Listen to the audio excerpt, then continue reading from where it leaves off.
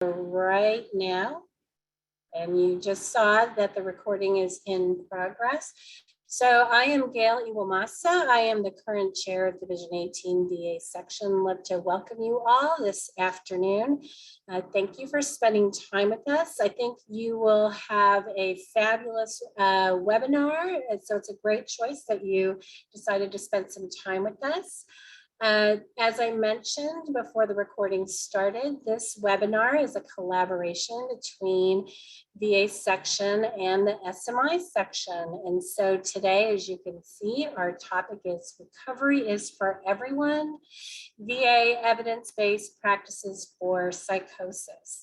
So as we get started, just want to let you know that our amazing presenters are going to be focusing on presenting, and I will be monitoring the Q&A for questions. So there is a chat box at the bottom of the screen, but there's also a Q&A box. And so I will ask our presenters to take a peek every once in a while to see if somebody has posted a question in the Q&A. Otherwise, I will be facilitating the questions toward the end of the session. So on that note, I will go ahead and introduce our fabulous speakers for this afternoon, starting with Dr. Marci Gaither.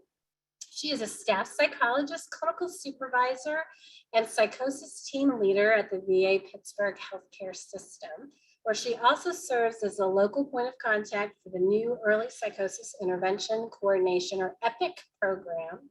Dr. Gaither is a VA recognized provider in behavioral family therapy and social skills training by the Beck Institute in Cognitive Behavioral Therapy for Psychosis and Recovery-Oriented Cognitive Therapy. She is the secretary of APA's Division 18 SMI. Oh, and I missed SED section, so I apologize for that. And is passionate about the provision of high quality care to veterans living with psychosis. And joining her today is Dr. Emilia Brown, who's also a licensed clinical psychologist at the VA Austin, who specializes in rehabilitation and treatment services for those experiencing serious and severe mental illness. She's Austin VA's local recovery coordinator, a local consultant and change agent focusing on improving accessibility and effectiveness of healthcare and community involvement for veterans who experience serious mental illness.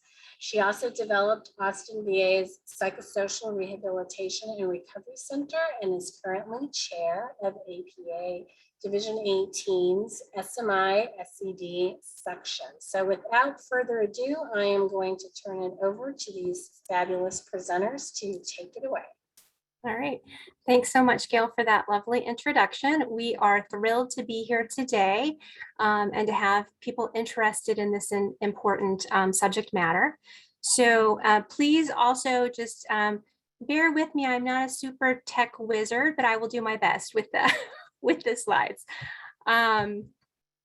So some of the some of the things that I normally see when I've done past Zoom. Here we go. Let me see if it'll let me. Okay. So today we are basically going to be talking about evidence-based services for psychosis. And one of the things that we still find, unfortunately, is there are quite a few people that are still unaware of the many effective treatments that we have for psychosis, in addition to medications. And that can be related to a lot of stigma and related to less hope than is actually accurate for our veterans that are living with psychosis on a day-to-day basis. And so we're here to help provide some information to folks. And today's talk is really going to be sort of an overview or a sampler of the different services that we have available to help veterans. So today is not going to be a deep dive. It's going to be more breadth than depth. But don't worry, we have for each of the topics that we're talking about, we're going to have a point of contact and a way to get additional information, as well as we're going to provide for you at the end a couple of different ways to access community practice if if you're looking for that support and information in that way. We'll be providing that as well today. Our learning objectives are going to be to learn that symptom improvements and mental health recovery are possible for those experiencing psychosis, develop some knowledge about EVPs available to target symptoms of psychosis, be able to identify recovery-oriented VA programs available to provide support to these veterans, and become a little bit more familiar with how to access or just about the existence of some consultative support that can help with engagement and making sure we're providing effective services for veterans. So I'm just going to start us off with a really brief kind of intro to why this is important. So focusing on mental health recovery being for everyone. So recovery meaning this context of having quality of life, being able to participate in life despite how mental health symptoms might be impacting a person. So here we have a nice quote to kind of start us off. May your choices reflect your hopes and not your fears. So really, how can we make sure that we have the foundation of hope to help these veterans? Go to next slide. So this is from the President's New Freedom Commission on Mental Health, which came out in a report in 2003. We envision a future when everyone with a mental illness will recover, and a future when everyone with a mental illness at any stage of life has access to effective treatment and supports, essentials for living, working, learning, and participating fully in the community. So this New Freedom Commission really helped with a jumping off point for a lot of additions to our mental health treatments and programs, which is really great. So these are from some studies that you can see the citations at the bottom, so you can have access to those later. We're not going to go into a lot of research here because as Marci, Dr. Gaither was talking about, we're talking more breadth than depth here to really give you that platter of samples. But really wanted to emphasize the fact that psychosis does not equal impairment.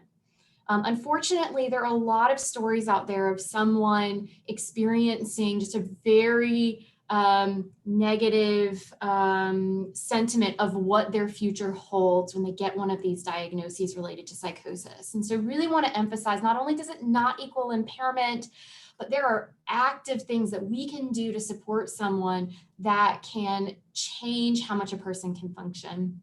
So as you can see, the bar graph on the left shows that the percent of folks who have ever been in a period of recovery. So yes, we see that the numbers are, it's harder. A person with psychosis is more likely to struggle to achieve or hold on to recovery, but about half here. So about 50% of folks we see time and time again in longitudinal research have periods of recovery, where affective disorder we see about 80%. So yes, there's this difference, but there's still a good population of these folks that have periods of recovery. And how do we help them to achieve this?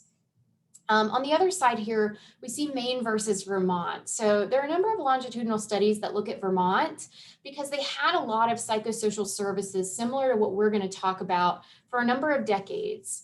And Maine was more the kind of quintessential outpatient mental health, inpatient hospitalization, et cetera.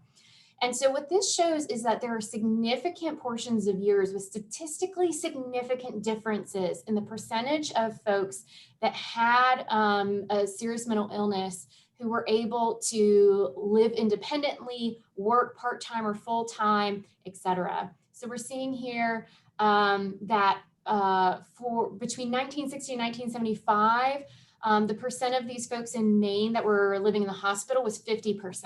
Versus 13% in Vermont. So we can see significant differences in what the level of impairment is based on the support. So this is just to give us the platform of why knowing about and providing these services can be so helpful.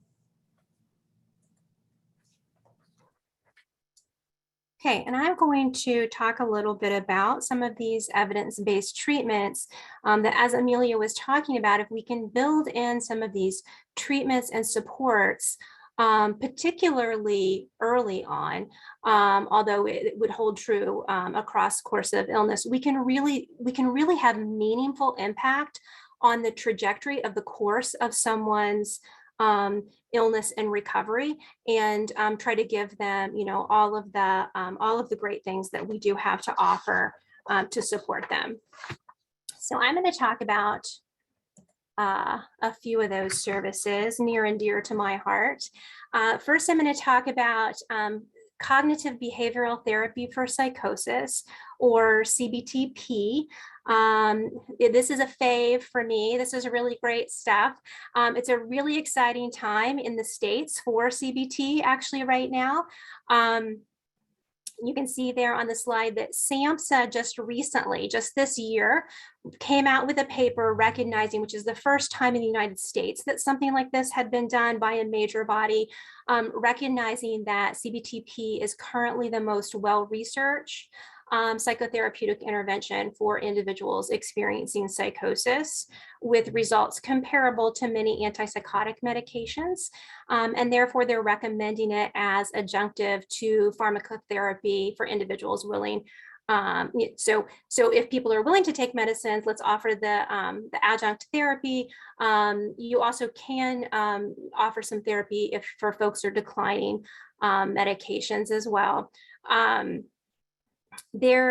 So the United States is sort of embracing this recently, but there is really great evidence in Canada, UK, Australia. Lots of folks have been doing this and promoting this as a regular part of the services offered to folks living with psychosis for quite a while now. So I'm really thrilled that we're starting to go that way here as well in the States. If you're a little bit confused on this talk, thinking, well, but VA doesn't have an EBP training in CBTP, you would be correct. We do not have a formal EBP training in the same way that we have had behavioral family therapy or social skills training yet. Right. So we shall see if that might change in the future. There is some limited VA training opportunities that are just being rolled out. So the first one was in July. The upcoming one will be in January, and it's rolling out. The first one was, I think, very small sample. The one that just took applications for January was, I believe, Visits 1 through 8. Those efforts are being spearheaded by Dr. Shirley Glenn, but they are very clear in the application that this does not count as the official sort of EBP training.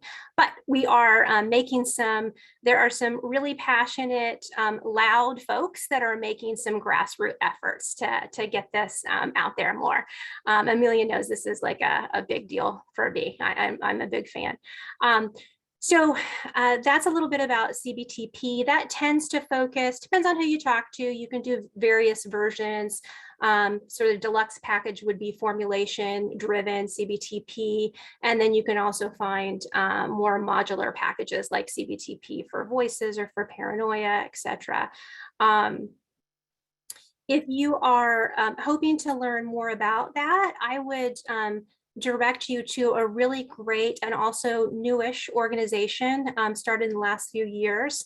I'm certainly a member. It's the North American CBTP Network, and we have listed the website there, and you can find more information about all things CBTP on that website. There's another newcomer, sort of newer kid to the block, recovery-oriented cognitive therapy, confusingly abbreviated as CTR, which I'm also a big fan of. And this sort of therapy developed originally out of trying to target treating negative symptoms in schizophrenia. But I think that you'll find that the Beck Institute is sort of rolling this out more broadly and applying it to other diagnostics, including substance abuse and borderline personality disorder, and incorporating it in the newest update of the CBT Basics by Dr. Judy Beck. But it's found to be particularly applicable for people who might be otherwise difficult to engage. Chronic institutionalization, limited access to motivation, people that aren't talking a whole lot, maybe don't agree that they have a particular label, and so they're not interested in a treatment for that, but they might be interested in this sort of treatment. I would direct you, if that sounds exciting to you, and it is really exciting stuff. If you want to learn more about that, I would suggest going to the Beck Institute website. Just recently, in the last, I think, 2 years, they have pulled under their auspices a new center for CTR, and you can learn more about CTR and also a comparison between CBTP and CTR. Now, we talked about sort of official VA recognized EBPs, and we have behavioral family therapy is one of the ones that VA promotes. It's an EBP for serious psychiatric disorders, which would include schizophrenia, but also includes bipolar illness and severe depression. It's pretty intensive, adult only, has good stats in terms of helping to reduce rates of relapses. The 5 main components are engagement, assessment, illness education, communication skills, and problem solving instruction. One of the things that can get tricky with this is sometimes people want to come in and they want to jump right to the issue. And this model is really more about, we need to kind of teach people how to swim before we let them jump in the deep end. So it's really kind of, you put the main issue in the parking lot and you teach them these skills and eventually get them there. That's a good match for some, not so much for others. Tends to be a lengthier treatment, and you need one key relative or important person, significant other. The newer version of family work is veteran-centered brief family consultation. It's an emerging best practice. This, as the name would imply, is a much briefer intervention. Usually the person is, the provider is meeting with the veteran 1 to 3 times around a specific defined problem. So different contrasting sort of approach. Dr. Glenn is the point of contact for these interventions. You can see the directive to learn more, but I want to highlight, if you go to TMS, for those of you that are VA providers, if you go to the TMS and the course number here, there are, I think it's 4 or 5 great videos that they've put together on this brief family consultation that you can learn more. So I would highly recommend that if you have an interest. And then social skills training is another VA official EBP for SMI. And that follows Bellick's manual, which probably quite a few people on this talk might be familiar with. And the idea here, the focus is enhancing individual social skills. This is really a skills-based sort of intervention. And we would hope that being very specific and concrete about building the skills is going to allow the person to have improved community adjustment, quality of life, right? Get along better with people, have more socialization. I mean, the goal is always going to be, how do we help support and provide skills and education and opportunities for people to live their lives, right? Like, no one wants to learn skills just to learn skills, right? That you want to learn skills in order to have a meaningful life. So if anyone has done social skills training, it's a really fun intervention to run. There really is lots of laughter. It's very individualized, so tailored to meet the real life current day difficulties. It really is, right? We're taking those skills and coming up with individual examples of, you know, okay, what's a social interaction that you're struggling with, or a goal that you have around a social interaction, like in your real life. And then we're able to apply those skills and help that person practice in SST, 3rd time's the charm, right? So you're going to do it 3 times. And people tend to be very, very supportive in the group format. Everyone's a little nervous at first. And then I usually like to make a fool of myself right away, and then everybody gets comfortable. And then it really is quite supportive. So it's a nice intervention.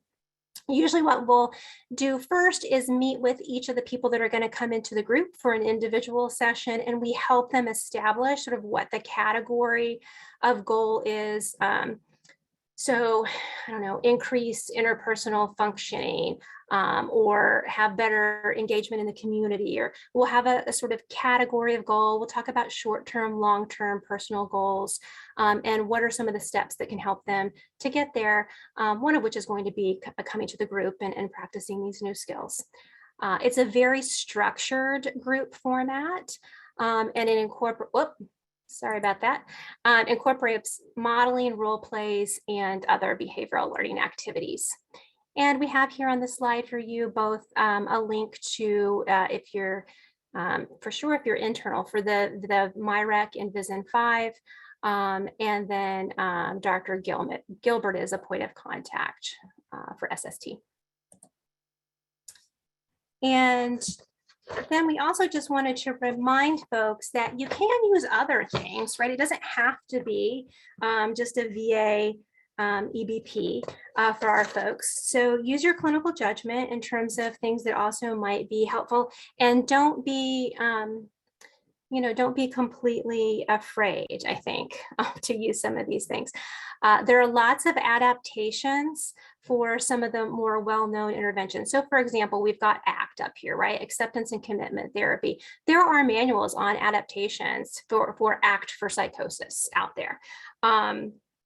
We often have people, I think, that are, there's a, I actually was just looking at this workbook earlier. There's a new workbook out this year, that I think this year or last year, that is DBT skills for psychosis. There are some concerns sometimes with people about, can we do trauma work with folks with psychosis? And the answer to that is yes, we can. And there is, again, some emerging literature. I think there's some out about CPT in particular that can be fine with just the standard protocol with individuals living with psychosis. Kim Muser has some protocols about cognitive restructuring with SMI and trauma. And these are things that we should be thinking about because there are actually quite high rates of trauma. And the literature indicates that they're pretty good at reporting folks that have both lived experience of psychosis and trauma, and being able to accurately report that. People with psychosis tend to have multiple traumas. So, there's a lot going on, and a lot of benefit that we can help get the veterans. Okay. So I'm going to be hitting on this next section. So recovery-oriented VA programs and services. A special note for these. So we've gone through some specific treatments focused on psychosis. When it comes to most of what we talk about from here on out, it's not necessarily focused on psychosis. It might be one of the main emphasis areas. A lot of these cover a lot of different areas, but we really want to make sure to talk about these programs. So for this first one, or leading in, I should say, definitely wanted to hit on VHA Directive 1163. This is your big ticket item in terms of what is the VA doing in terms of services for folks that has serious or severe mental illness. So it's the psychosocial rehabilitation and recovery services. So essentially, it actually is the reference document you'll see for a number of these programs, almost all of the ones that I'm going to go through. And for each of them, we'll mention which directive it is. But this one hits on a lot of those main services that we provide. And it's really about making sure that we have the services needed for those that need extra assistance or help in terms of coordinating their care or needing a little bit of extra in order to function and really connect and engage. And also just emphasizing a recovery-oriented perspective to care, a focus on life instead of a focus on symptoms. And so really this directive is trying to help us really focus on, rather than having a person just focusing on illness, illness, illness, the focus is life, life, life. So if you could go to the next slide, I believe. Yes, we start in my world over in PRRC, Psychosocial Rehabilitation and Recovery Centers. So as it says here, these are intensive outpatient specialty mental health transitional learning centers. There's just a lot of descriptors. I recognize that. So essentially with PRRCs, I'm going to shorten it just for ease of time here.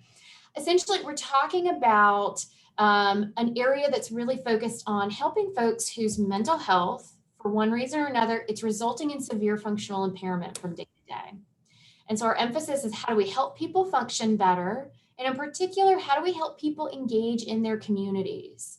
The more mental health symptoms are impacting life, the more likely a person, their life is filled with treatment. Think about how that would be. Everything you do is related to a symptom or an illness that you have, or getting treatment for it. So instead, how do we help someone circumvent those issues? Much like someone who has difficulty with sight might learn Braille or use a cane or get a seeing eye dog, same sorts of things. How do we help someone be able to adjust and adapt, learn the skills they need, adapt within their environments where they need to? So the services, it's an interdisciplinary team. Really, the emphasis is on psychosis, mood disorders, or severe PTSD as well. There are individual interventions, group offerings and classes. Most PRCs at this point, hopefully soon all of them, will have a community component. The more significant an impairment, the harder it is to generalize without that assistance. So going out, helping someone out in their community where the connections happen. Family education as well. There's a lot of variability in what PRCs look like. So it's always good to get a sense from your own PRC, more of those details, but it's a really great program. So you've got point of contact down here, as well as the directive. And I also added a clip that's not from the VA, but there's a lot of great stuff that Mark Saltzer and Temple University does in terms of community inclusion. So how do we help people access their communities? And I wanted to put something down here because it's an area that we psychologists don't always have as much training in, but it's a really important piece of helping someone when they have mental health symptoms that can create functional barriers or be very stigmatizing, or there might be discrimination out in the community. So for the next one, we have intensive community mental health recovery, ICMHR. Some of you might be more familiar with MICM is a part of this. So this is the VA version of assertive community treatment, i.e. helping folks with stabilization of their mental health where they are. So when impairment gets to a certain level, it can even be hard to access services unless it's ending up in the hospital or ERs or residential treatments. And how do we help someone be able to stabilize in their actual home environment, right? Where a lot of your natural supports and coping mechanisms are going to be. So ideally, we want someone to have access to those as much as possible. So we have a few programs. The primary one at our larger sites is mental health intensive case management, or MICM. There are 2 rural programs as well, Range and E-Range, as you see here. One of them focuses as well on homelessness. So when it comes to this, so PRC is essentially a person is not able to access first-line treatments for mental health, because if they can, we want them to do that. It's kind of like if you, let's say I broke my foot once. You don't want to be on crutches forever, right? You want to be on crutches when your foot needs it. You want to be using a walking boot when your foot needs it. You want to be using a tennis shoe when your foot needs it, right? So you can just help kind of manage where you're at. So ideally, someone gets those first-line treatments in our outpatient clinics. But PRC is there if they need something extra, they're not able to connect with those. And then think of ICMHR as the step above PRC.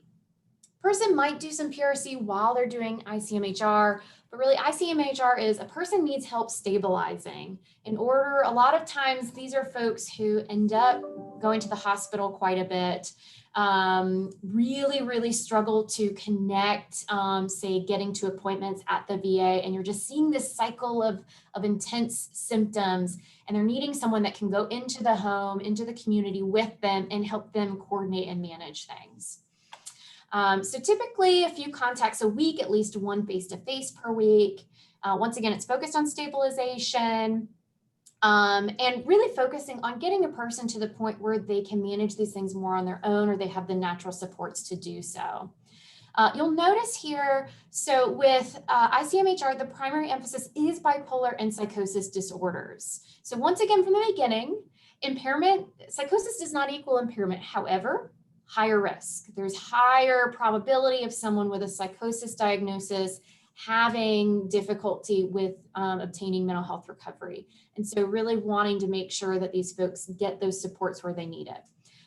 So there's a certain percentage of folks with bipolar and psychosis diagnoses that these programs have to achieve, but there is a little bit of flex. So you can also have the mood disorders, PTSD as well as the primary diagnosis. Then for our next one, we have vocational rehabilitation services. So this is a vocational as well as educational training, employment types of services, and these are therapeutic.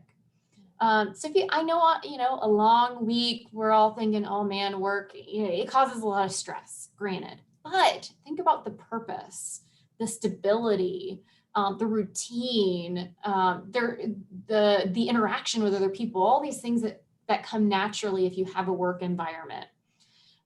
So in particular, there are a number of programs. So vocational rehabilitation services is more kind of the umbrella. You may have heard of CWT or compensated work therapy. Of particular note, supported employment. So this is actually an EVP for those who have serious mental illness. So really trying to give more of kind of that individualized support to help someone connect to a work environment. Depending on the level of intensity of the voc rehab service, or depending on what the veteran is looking for, it can be as small as helping connect them with resources and training, going over resumes, or it can go to the level of actually helping, say, having someone housed within a work program where you're helping them learn skills and helping them manage any symptoms getting in the way as part of that work, or helping someone to find work and helping them work with the employers surrounding what disabilities or functional difficulties they have, helping to make those adaptations. So there's a huge range that can happen here. The goal is competitive employment. So this is for someone who is wanting to be employed. Doesn't mean they want to necessarily be employed full-time, kind of 40 hours or plus work week kind of thing, but competitive employment. As you see here, it's for mental illness, substance use disorders, homelessness, criminal justice involvement, physical disabilities and other disabilities. So essentially when there's occupational dysfunction of some sort. There's a little asterisk here. So veterans do need medical clearance from a physician in order to participate in these services. Depending on what VA you're at, this can look different. So if you all are psychologists here, this isn't our scope of practice, of course. So making sure someone's connected with primary care. Sometimes psychiatry is involved as well. If there's, something of particular significance on the mental health side, we might be able to kind of lend assistance there, of course. But a physician is going to have to sign off from the primary care end. So making sure someone's connected with their primary care doctor, which is good practice anyway. And just getting a sense of what the order is. So some places you have to get that clearance from the get-go. Other programs are able to kind of help and kind of get the veteran going a little bit while they're waiting for the physician to sign off. And this is really just to make sure that the voc rehab providers aren't inadvertently helping someone do something that's actually outside of their health ability level. So that's Voc Rehab. Definitely had to put in a plug for peer support services. Fun fact, Thursday last week was Global Peer Support Celebration Day, which is very exciting. So when it comes to peer support services, this is the foundation of recovery within our system to really help us stick to this tried and true model.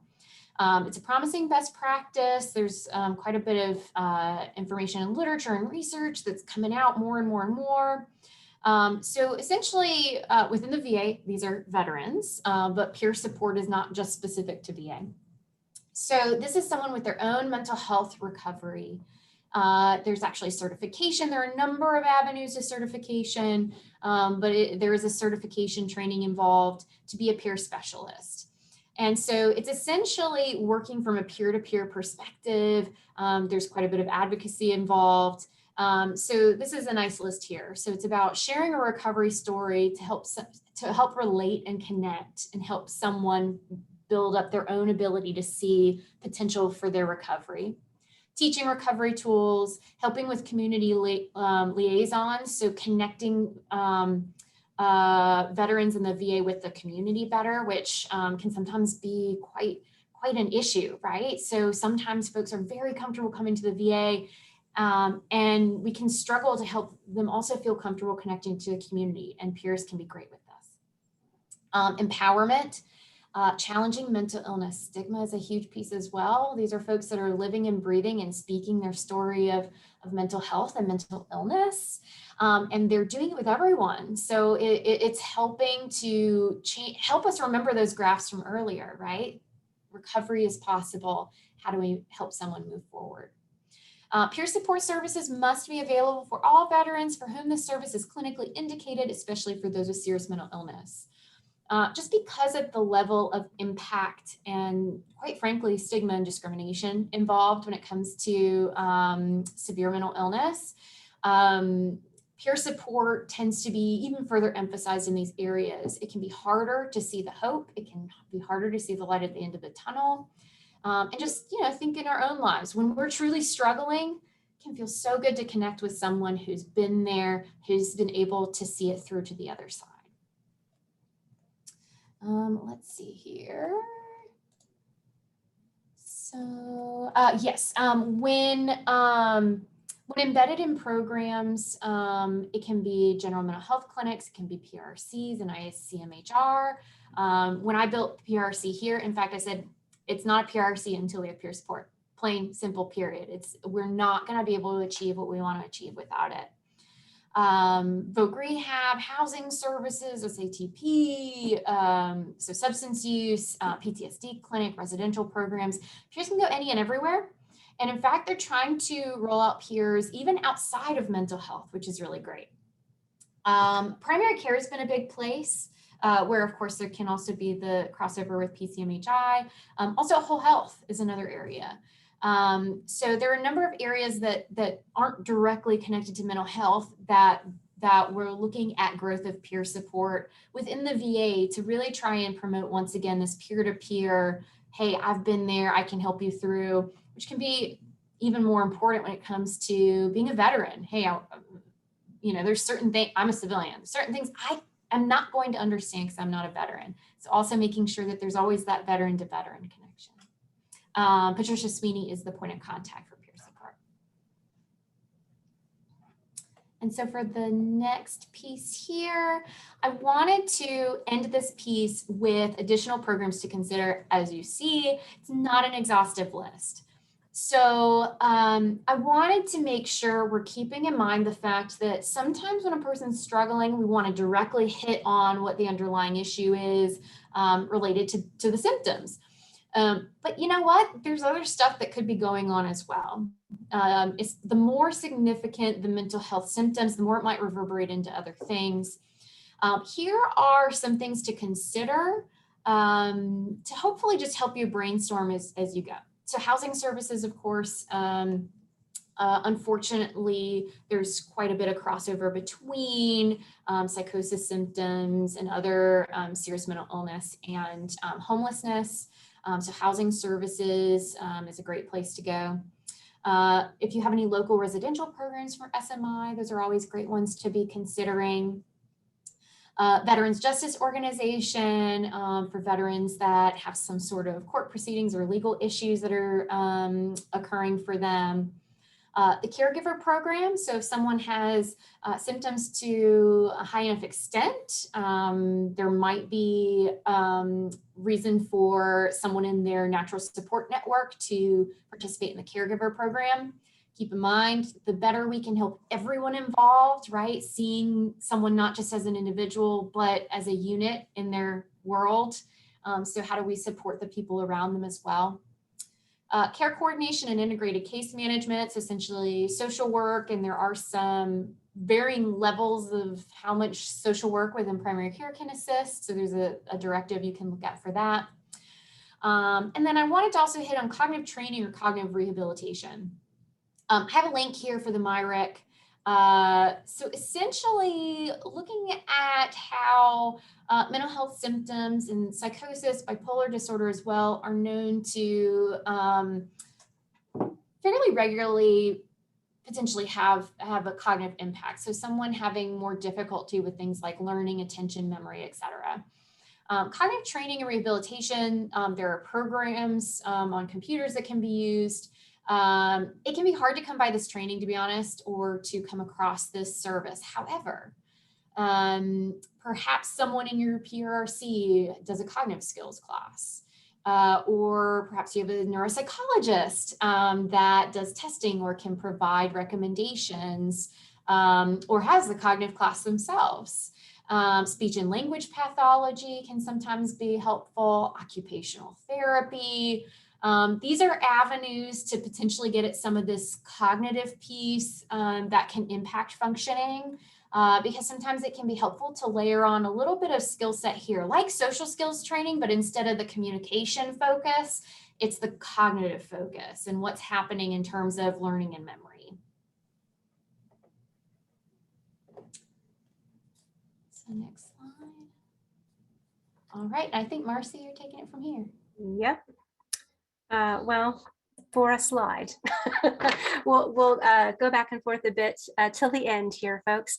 But we wanted to talk a little bit too about some of what I think of as, for this particular slide, data collection, or what I think of as some of the infrastructure that is really working hard for us behind the scenes at VA. So the SMIREC, the Serious Mental Illness Treatment and Research Evaluation Center, does and has been doing for years ongoing assessments of services, trying to make sure that we have effective services, that we have good quality, good access, decreasing disparities, and putting together informatic tools to help folks.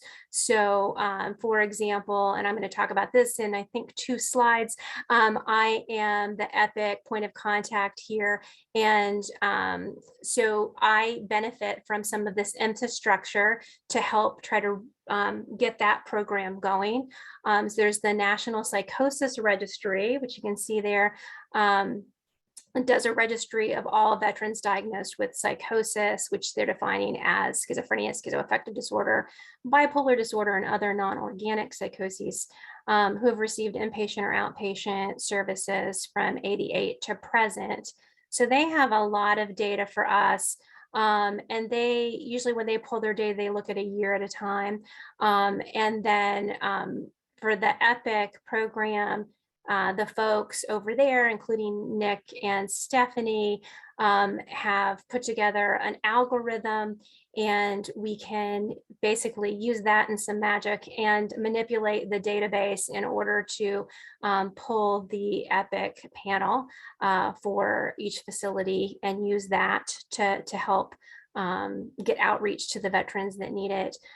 They do SMI re-engagement. There are other programs that help us keep track of things like sale metrics, post-discharge engagement dashboards.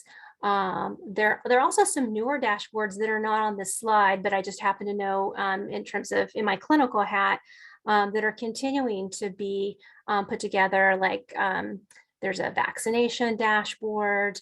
There is a newer dashboard that's being developed that is sort of more real time for clinicians for SMI, where its lag is only like a day or two behind CPRS, rather than some of these bigger infrastructures have lots and lots of data, but there's you know, they're good for different reasons. There can be more of a lag.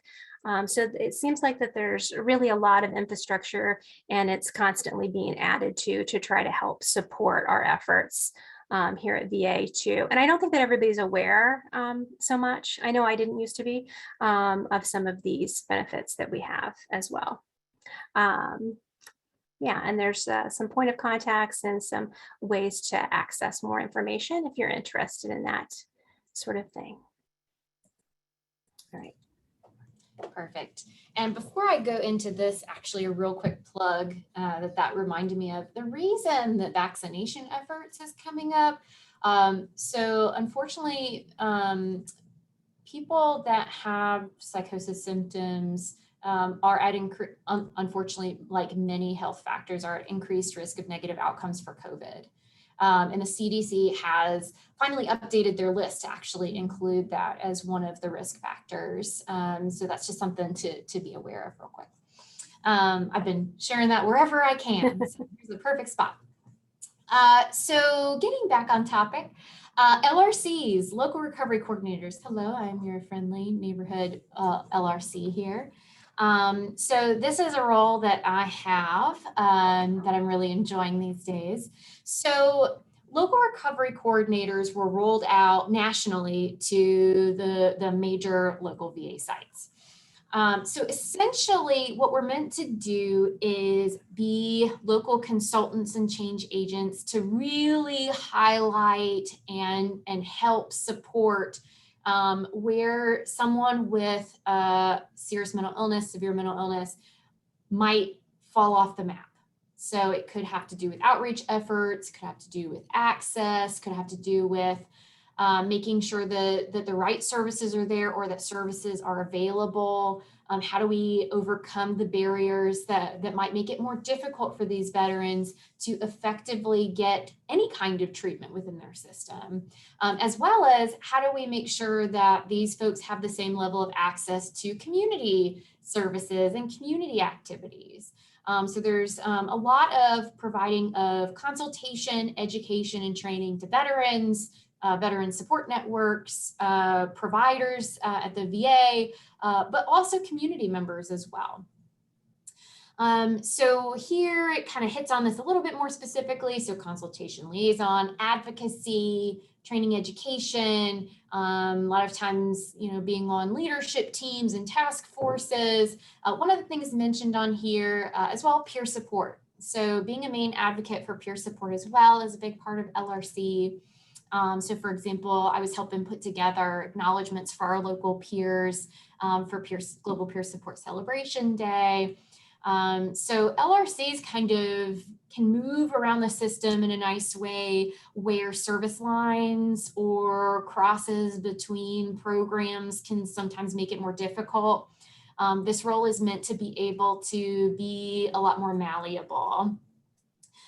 So we have 2 points of contact down here. LRCs are super, super friendly. Unfortunately, I don't have just a direct list where you could like look up your person. That would be too easy. So LRCs can do it. So if you're looking for it, you can either email the people here or you could let me know. I'm more than happy to look stuff up for you. It's a really great network. And essentially, we're giving you a nice little platter here. LRCs are also there to help keep you updated on what resources are out there or help make sure that you understand your specific local network better. So if you're seeing things on here and you want to know more about how it maneuvers within your system, an LRC is a great person to touch base with. Great. And I just wanted to speak a bit to sort of the new kid on the block, the Early Psychosis Intervention Coordination or EPIC program, which is essentially the VA's version of sort of answer to coordinated specialty care in the community. And there are some rules in terms of who's required to have it and who's highly encouraged. Unfortunately, it is an unfunded mandate.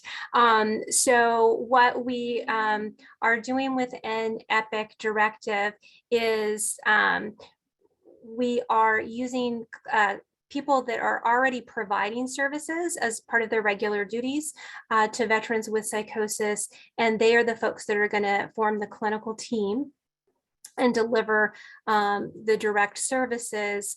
But then there's going to be, the POC is going to help sort of make sure that there's more close coordination. So the idea here is VA actually provides already all of the sort of services that are recommended for high quality early intervention. And we just need to put some effort towards making sure there's a little bit closer coordination. So that's kind of what the EPIC program is about. They're defining early psychosis as onset within the past 4 years. And part of why we're wanting to do that is because veterans who are earlier on in symptom presentation tend to have greater needs that need to be addressed. So they tend to have a lot more ED visits, inpatient stays, difficulties with homelessness, difficulties at much higher risk for vulnerability to death by suicide, comorbidities such as PTSD and substance use.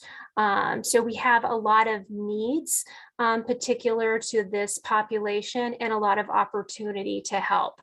And so some of the standard components that we want to be considering, that doesn't mean that the veteran is going to accept all of these services, and it doesn't necessarily mean that they're even going to need all of these services, but something that we want to be thinking about is this full package of care as something that we can offer the veteran, see if it is wanted and useful to them. So looking at some tailoring of the medication treatments for these folks. Individual therapy and the recommended treatments here are CBTP or individual resiliency training, IRT, which is the model that they used in the RAISE study, the Navigate part, if folks are familiar with that.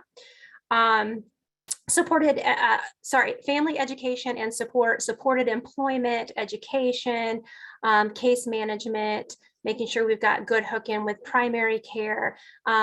These days, that's especially important with the COVID and the vaccinations, as Emilia was talking about.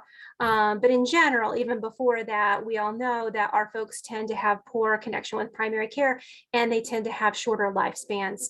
And so we want to be trying to do what we can to help with that. Access to dual diagnosis treatment if there's a comorbid substance use issue, peer support, all of those sorts of sort of the gamut of supported treatments that we can help with. You've got some points of contact there. You're going to see some overlap throughout. Lots of folks are in multiple roles. Dr. Bradford is the author of the directive there regarding this new program. And then finally, we wanted to make sure that we offered, if people are providing services for individuals with psychosis, that we had a couple of places where you could join, have some support, have some community of practice. And so we wanted to make sure that everyone is aware of the SMI SED section of APA. And if you're a psychologist or a psychologist in training, wanting more information to join or just more information, feel free to reach out to Emilia to learn more about that. And then if you are a VA specific provider who does treatment with veterans living with psychosis, I would invite you to reach out to me about joining a VA. I guess they tell me it's a distribution list instead of a listserv because only VA folks can be added to it. But that's something that I started, probably a couple years ago now, to try to promote a community practice. And so there's a distribution list. And if you get on the distribution list, I also add you to the SharePoint that's got some good materials. So we would certainly welcome folks to the fold of either or both of those communities as well.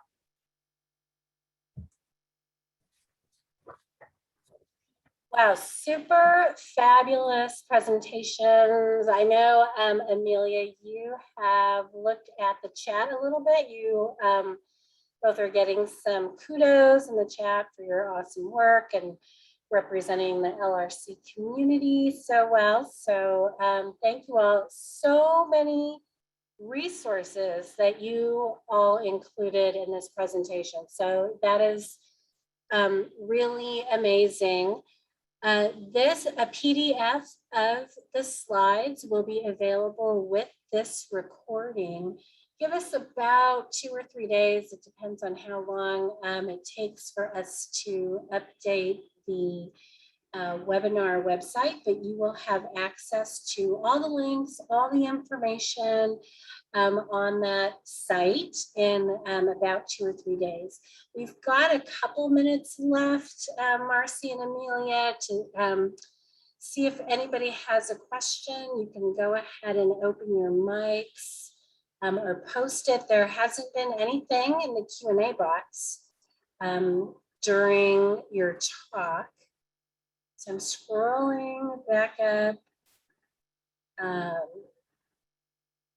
Early on, Edward Korber indicated that Maggie Mullen has a DBT skills workbook for oh, okay. Well, yep. So Marci's already on top of that. So yeah. There you go. Thank you. Yeah, that's the one that I was referencing, and I just didn't have it like immediately in front of me at the time. So thanks for sharing that in the chat.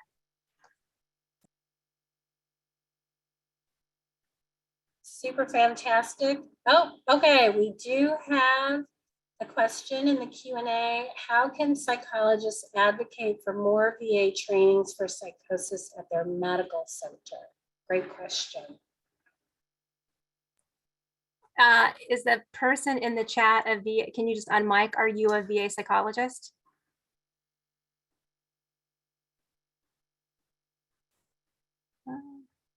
Ashley Sansone. Yes, you are. Okay. Ashley, please join my VA distribution list. I have been a squeaky wheel for probably 15 years. And we seem to be getting some traction with some of the CBTP stuff. So I would love to have you join the community and lend your voice, because I, like you, find it very, very important. And, you know, I think part of it too is, I think a lot of folks are seeing more of a need, or not more of a need, but the wheels are getting squeakier. I think we're finding each other, which I think is really helpful. One of the things that I would suggest is seeing who else you can find, especially, I know you mentioned your local medical center. If you're wanting something that's a little bit more focused, connecting with us or in these communities of practice, you can find people if you don't happen to have someone locally. Hopefully you do, but if you don't have someone with that specialty, we can find you somebody. But making sure you kind of find the other people that are feeling that lacking piece, and really highlighting where those absences are. There are some folks who are hesitant to go into working with folks that have psychosis. But if we can find ways to help people feel more comfortable, then it opens a lot of doors, and it helps providers also just be able to support each other and feel more confident in the work. So I would encourage touching base with other people, try and grow like more and more interest. The more people you have, the easier it'll be to create maybe a specific training, if that's something that would be useful. Yeah, absolutely. And you should also feel comfortable reaching out to any of the folks that Marci and Emilia had on their slides and request a training. I mean, worst case scenarios are going to say no, or best case scenario, they'll say, sure, absolutely. When would you like to schedule? And then they'll reach out to people like Emilia and Marci to obviously who know how to do a fantastic training. So I know folks are starting to drop off as they're moving to their next thing. So thank you so much, Dr. Gaither, Dr. Brown. I did put the CEU information into the chat. Also, just a reminder, give us a couple days. We will have this recording as well as a PDF of the presentation on the VA section webinar page in about 2 or 3 days. So really appreciate you all spending the afternoon with us. Thank you so much again to Marci and Emilia for just a fantastic job. Really appreciate your time today and the collaboration. All right, thanks Thanks, Gail. everybody. Thanks, everyone.